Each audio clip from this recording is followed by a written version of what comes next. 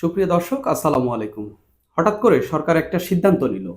শিক্ষা মন্ত্রণালয়ের উপদেষ্টা হিসাবে যিনি দায়িত্ব পালন করছেন, সেই ওয়াহিদ উদ্দিন মাহমুদকে তাকে শিক্ষা মন্ত্রণালয় থেকে সরিয়ে দেওয়া হচ্ছে। ঢাকা বিশ্ববিদ্যালয়ের শিক্ষক সিআর আবরারকে এই পদে নিয়ে আসা হচ্ছে। হঠাৎ করে সরকার কেন এরকম একটি সিদ্ধান্ত নিতে যাচ্ছে? এটা কি সরকারের বা ওয়াহিদ উদ্দিন মাহমুদ চৌধুরীর কোনো দুর্বলতা? নাকি সরকার তাকে এই পদে রাখতে চাচ্ছে না? নাকি অন্য কিছু? তবে আমি এই সরকারের এই সিদ্ধান্তটি শোনার পর আমি অনেক কিছু ঘাটাঘাটি করে যেটা পেলাম যে অনেক কিছুর মধ্যেও একটা বিষয় রয়েছে যে ওয়াহিদুদ্দিন মাহমুদ চৌধুরী একটা অর্থ লোপাটের কথা বলেছেন। এই কথাটি বলার একদিন পরেই তাকে এই পদ থেকে সরিয়ে দেওয়া হচ্ছে। যদিও সরকারের পক্ষ থেকে বলা হচ্ছে যে তিনি আসলে একসঙ্গে দুটি মন্ত্রণালয়ের দায়িত্ব পালন করতে পারছেন না। তিনি নিজেই অপারগতা দেখাচ্ছেন। তিনি বয়সের কথা বলেছেন। নানান কিছু বলে সরকারের পক্ষ থেকে একটা গোঁজামিল দেওয়া হচ্ছে বা সরকারের পক্ষ থেকে একটা বিষয় জানিয়ে দেওয়া হচ্ছে, একটা কথা বলে দেওয়া হচ্ছে যে তিনি আসলে অপারগ, তিনি পারছেন না বা তিনি নিজেই এই শিক্ষা মন্ত্রণালয়ের দায়িত্বে থাকতে চাচ্ছেন না বলেই এরকম সিদ্ধান্ত সরকারকে নিতে হচ্ছে। তাহলে ওয়াহিদুদ্দিন মাহমুদ চৌধুরী গত ৭ মাসের শুরুতে কি তিনি আসলে মানে সক্ষম ছিলেন এই মন্ত্রণালয়ের দায়িত্ব পালনের জন্য? তাহলে তখন কেন তাকে সরানো হয়নি? তখন কি তিনি বলেননি তিনি পারছেন না? তিনি ১ মাস আগেও একটি বক্তব্যে বলেছেন যে আসলে উনার মাথা হ্যাং হয়ে আসছে। তখন কেন তাকে সরিয়ে দেওয়া হয়নি? এখন কেন ঐরকম একটি বক্তব্য, অর্থ লোপাটের একটি বক্তব্য দেওয়ার পর তাকে সরিয়ে দেওয়া হচ্ছে? সামাজিক যোগাযোগ মাধ্যমে আমি একটা আলাপ দেখলাম যে সরকারের অর্থ লোপাটের বা ইউনূস সরকারের সময়ে একটা ৭-৮ হাজার কোটি টাকার মতো একটা অর্থ লোপাটের কথা বলার পরই তাকে সরিয়ে দেওয়া হচ্ছে। আপনারা দেখেন, এই যে স্বরাষ্ট্র উপদেষ্টা জাহাঙ্গীর আলম চৌধুরী, যাকে নিয়ে এরকম যার পদত্যাগের দাবিতে আন্দোলন হচ্ছে, যাকে এক মানে মানুষ ব্যর্থ হিসাবে আখ্যা দিচ্ছেন, যিনি আসলে আইন শৃঙ্খলা পরিস্থিতি নিয়ন্ত্রণ করতে পারছেন না, নানান কিছু সমস্যায় জর্জরিত এই স্বরাষ্ট্র মন্ত্রণালয়, তাকে কিন্তু সরানো হচ্ছে না। কিন্তু ওয়াহিদুদ্দিন মাহমুদকে সরিয়ে দেওয়া হচ্ছে। হঠাৎ কেন এই সিদ্ধান্ত? শুধুমাত্র কি সরকারের এই অর্থ লোপাট বলেন বা হঠাৎ করে ৭-৮ হাজার কোটি টাকা নাই হয়ে যাওয়ার কারণেই কি তিনি আসলে তাকে সরিয়ে দেওয়া হচ্ছে? আমি একটু কিংবা তার বয়সের কথাও যদি ধরেন, এই যে তার বয়স ৭৬ বছর, তার চেয়েও বেশি বয়সী আমাদের প্রধান উপদেষ্টা, ৮৪ বছর, তার থেকে ৮ বছর বেশি বয়স। তারপরেও কিন্তু তিনি প্রধান উপদেষ্টার দায়িত্ব পালন করছেন। কিন্তু এই ওয়াহিদুদ্দিন মাহমুদ নাকি পারছেন না। সর্বশেষ যিনি ৪ বারের মতো প্রধানমন্ত্রী ছিলেন শেখ হাসিনা, তার বয়সও এই ওয়াহিদুদ্দিনের চেয়ে বেশি। তাহলে তাকে সরিয়ে দেওয়াটা কিন্তু একটা নতুন প্রশ্নের তৈরি করছে।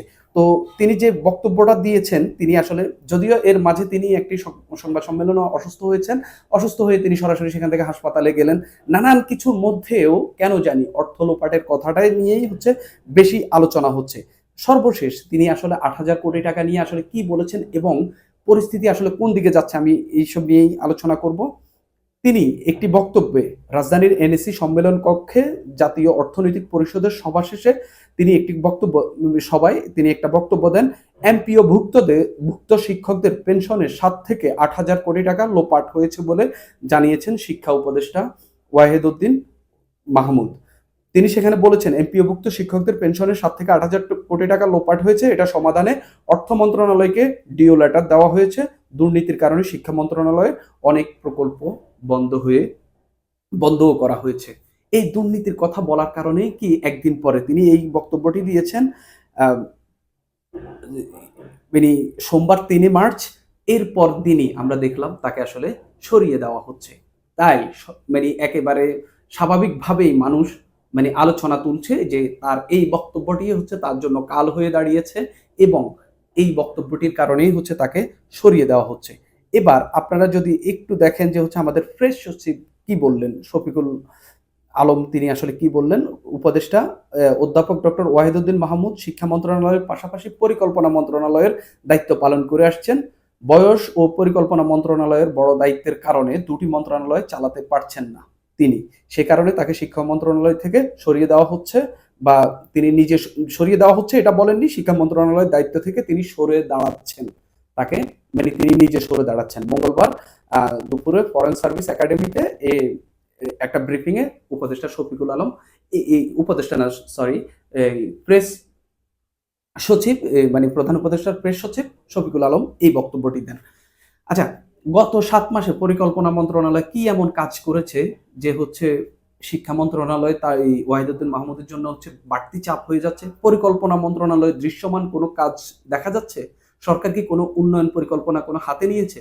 আগের যে কাজগুলো ছিল সেগুলো থেকেও তো সরকার অনেক কিছু বাদ দিয়ে দিয়েছে। আর আমরা দেখলাম আমাদের প্রধান উপদেষ্টার কাছে এখনো এখনো প্রায় 3টা বা 4টা মন্ত্রণালয় রয়েছে, তিনি তো সেগুলো চালাচ্ছেন এই বয়সেও।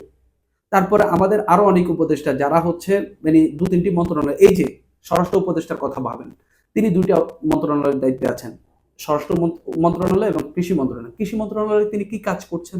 এই যে আসিফ নজরুল, তিনি 2টি মন্ত্রণালয়ের দায়িত্বে রয়েছেন, একটি হচ্ছে আইন মন্ত্রণালয় আর একটি হচ্ছে বৈদেশিক কর্মসংস্থান মন্ত্রণালয়। এই মন্ত্রণালয়ে তিনি আসলে কি কাজ করছেন? এগুলো কোনো দৃশ্যমান কোনো কিছু আছে? নাই। তাহলে এটা কেন, মানে ওই মন্ত্রণালয়টি যখন বোনাস হিসাবে, যেগুলো একটু কম গুরুত্বপূর্ণ, এই উপদেষ্টা সরকারের সময়ে খুব বেশি কাজ করার দরকার পড়ছে না, তখন তাদেরকে একটা গুরুত্বপূর্ণ মন্ত্রণালয়ের সঙ্গে ওইরকম একটি মন্ত্রণালয় দিয়ে দেওয়া হয়েছে, যাতে অন্তত রুটিন কাজগুলো করা যায়। একেবারে সাইন টাইন করা ছাড়া আর মানে খোঁজ খবর নেওয়া ছাড়া খুব আহামরি কাজ না। ওয়াহিদুদ্দিন মাহমুদের হচ্ছে মূল দায়িত্ব ছিল হচ্ছে শিক্ষা মন্ত্রণালয়। তো শিক্ষা মন্ত্রণালয় থেকে তাকে সরিয়ে দিলে পরিকল্পনা মন্ত্রণালয়ে তো আহামরি কাজ নেই। তো এই সব বিষয় সেখানে আমাদের এই শফিকুল আলম তিনি আরো বলেছেন, ওয়াহিদুদ্দিন মাহমুদ তার কাজের চাপের কথা আগেই জানিয়েছেন। পরিকল্পনা মন্ত্রণালয়ের মতো গুরুত্বপূর্ণ দায়িত্ব পালনের পাশাপাশি শিক্ষা মন্ত্রণালয়ের দায়িত্ব চালিয়ে যাওয়া তার জন্য কঠিন হয়ে উঠেছিল, এই জন্য এই সিদ্ধান্ত নেওয়া হয়েছে। তিনি একবার বলছেন তিনি নিজে সরে দাঁড়াচ্ছেন, আবার তার জন্য কঠিন হয়ে যাচ্ছে বলে এই সিদ্ধান্ত নেওয়া হয়ে যাচ্ছে, তিনি বলেন, এরকম একটা বললেন। তারপরে ওই সম্মেলনে আরেকটি হচ্ছে তিনি অসুস্থ বোধ করায় তাকে হচ্ছে হাসপাতালে গেলেন। 1 মাস আগে একটা বক্তব্য দিয়েছিলেন হচ্ছে ওয়াহিদুদ্দিন মাহমুদ, সেখানে তিনি বলেছেন শিক্ষার এত সংকট আমার মাথা হ্যাং করছে। মানে ওয়াহিদুদ্দিন মাহমুদ চৌধুরী শিক্ষা মন্ত্রণালয়ে এই পরিমাণ 28 জানুয়ারি তিনি এই বক্তব্যটি দিয়েছেন, মানে শিক্ষা মন্ত্রণালয়ে এত পরিমাণ জটিলতা, এত পরিমাণ সংকট, তার আসলে মাথা হ্যাং হয়ে আসছে। অর্থাৎ তিনি অনেক সংকটের সঙ্গে নিজেকে মিলিয়ে কাজ করতে পারছেন না। কিসের সংকট? হয় আমলাতন্ত্র, না হয় হচ্ছে যেসব কাজগুলো হওয়ার কথা সেগুলো তিনি তার মতো করে করতে পারছেন না। এইসব সমস্যাগুলো তিনি আসলে, যার কারণে তার মাথা হ্যাং হয়ে আসছে। আপনারা দেখেন, এই শিক্ষা মন্ত্রণালয়ের পাশাপাশি আরেকটা মন্ত্রণালয়, প্রাথমিক ও গণশিক্ষা মন্ত্রণালয়, এই লোকটি কি তার কর্তব্য ঠিকভাবে পালন করতে পারছেন? স্বরাষ্ট্র উপদেষ্টার কথা ধরেন, তিনি কি তার কাজ ঠিক মতো করতে পারছেন?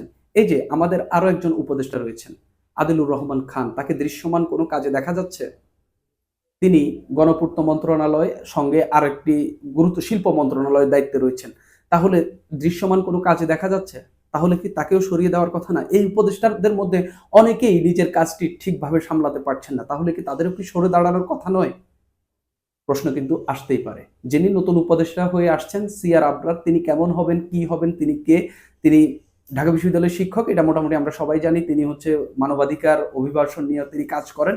তার বিষয় আসলে এর চেয়ে বেশি আসলে কাজে বসানো ছাড়া, মানে আপনি মহান বিশাল এক ব্যক্তিকে নিয়ে নিয়ে বসিয়ে দিয়েছেন, কিন্তু কাজে আসলে ঠন ঠন হবে না। আবার একজন অনভিজ্ঞ বা অগুরুত্বপূর্ণ বা কম গুরুত্বপূর্ণ, কম জনপ্রিয় লোককে বসিয়ে দিয়ে ভালো কাজ করলে তো হতেই পারে। যেমন আমাদের ছাত্র উপদেষ্টারা কেউ কেউ বলে থাকেন তারা তাদের নতুন হিসাবে তারা খুব ভালো কাজ করছেন। তো আসলে সিআর আবরার বসার পর বোঝা যাবে আসলে তিনি কতটা ভালো কাজ করেন। এই যে শিক্ষা মন্ত্রণালয়ের সংকটগুলো কি কি? এই যে নতুন বছর শুরু হলো, শিক্ষার্থীদের হাতে বই কি এখনো সরকার পরিপূর্ণভাবে পৌঁছে দিতে পেরেছে? এটা কি শুধুমাত্র এককভাবে শিক্ষা মন্ত্রণালয়ের মন্ত্রীর বা উপদেষ্টার ব্যর্থতা? এই যে এর সঙ্গে যে আরো যারা জড়িত, প্রিন্ট মালিকরা, তারপরে আরো যারা জড়িত, তাদের ব্যর্থতা নাই? তাদের কি অপারগতা নাই? সরকার কেন এইসব বিষয়গুলো ঠিক করছে না? একটা লোক কখন হচ্ছে হয়রান হয়ে যায়, কখন হচ্ছে দায়িত্ব ছেড়ে দেয়? যখন দেখে যে সে সব দিক থেকে সহযোগিতা পায় না, যখন দেখে যে সে হচ্ছে সব কাজ নিজের মতো করে বা হচ্ছে সে যেভাবে চায় সেভাবে করতে পারে না। একই সঙ্গে দুর্নীতির কথা বলাটাও তার জন্য একটা, বা হচ্ছে এই অর্থ লোপাটের কথাটা বলাটাও তার জন্য একটা কাল হয়ে দাঁড়িয়েছে। কারণ তিনি এর আগে মাথা হ্যাং হয়ে যাচ্ছেন, তিনি নিজে এর আগে যদি অপারগতা দেখিয়ে থাকেন, তাহলে তখন কেন তাকে পরিবর্তন করা হয়নি? এটাই বড় প্রশ্ন। এই বক্তব্যের পর কেন তাকে পরিবর্তন করা হচ্ছে? ঠিক একইভাবে স্বরাষ্ট্র উপদেষ্টা নিয়ে এত আন্দোলন হচ্ছে, এত কিছু হচ্ছে, যখন সরকার গঠন হয়েছিল এর 1 সপ্তাহের মধ্যে যখন মানে একবার ঠুনকো কিছু বিক্ষোভ মিছিল দেখার পর তখন এম শাখাওয়াতকে পরিবর্তন করে দিলেন, বদলে দিলেন, অন্য মন্ত্রণালয়ে নিয়ে গেলেন, নতুন স্বরাষ্ট্র উপদেষ্টা নিয়ে আসলেন। এই স্বরাষ্ট্র উপদেষ্টার গায়েবানা জানাজা হওয়ার পরও কেন তাকে বদলানো হচ্ছে না? রহস্য কিন্তু এইসবকে ঘিরে তৈরি হচ্ছে।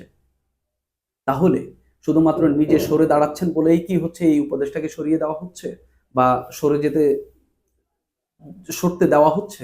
নাকি ওই অর্থ লোপাটের কথা অনেকেই বলে থাকেন বা হচ্ছে এই সরকারের অনেকেই দাবি করে থাকেন এই সরকারের আমলে দুর্নীতি হয় না। যদি যদি এই ৭-৮ হাজার কোটি টাকা যদি লোপাটের যদি শেখ হাসিনার আমলে হতো, সরকার খুব ঘটা করে বলতো যে এটা শেখ হাসিনার আমলে হয়েছে। এরকম কথা কিন্তু এতদিনে ওঠেনি। অর্থাৎ এই সরকারের সময়ের এক সময়েই হচ্ছে একটা দুর্নীতির অভিযোগ করেছেন ওই ওয়াহিদুদ্দিন মাহমুদ। সেটি তার জন্য কাল হয়ে দাঁড়াচ্ছে। সামনের দিনগুলোতে কি হয় সেটা হচ্ছে সামনের দিনগুলোতে বোঝা যাবে। কেননা আমাদের এই অন্তর্বর্তীকালীন সরকার এতটা আনপ্রেডিক্টেবল, কোন সময় যে কি হয়ে যাচ্ছে, কখনো তারা কঠোর, কখনো তারা একেবারেই নরম, কিছু মানুষের জন্য তারা খুব দয়াশীল, কিছু মানুষকে একেবারে মেরে হাড়গোড় ভেঙে দেয়, এরকম অবস্থা। সো খুবই আনপ্রেডিক্টেবল। আগামী দিনগুলোতে বোঝা যাবে আসলে এই তথ্যগুলো কিভাবে আমাদের সামনে আসে বা কিভাবে আহ, মানে সরকার এগুলোকে আসলে মিটিগেট করে, এটা দেখার জন্য, জানার জন্য মানে অপেক্ষা করতে হবে। তবে এখন পর্যন্ত ফাইন্ডিং হচ্ছে এটাই। সুপ্রিয় দর্শক, আজ এই পর্যন্তই।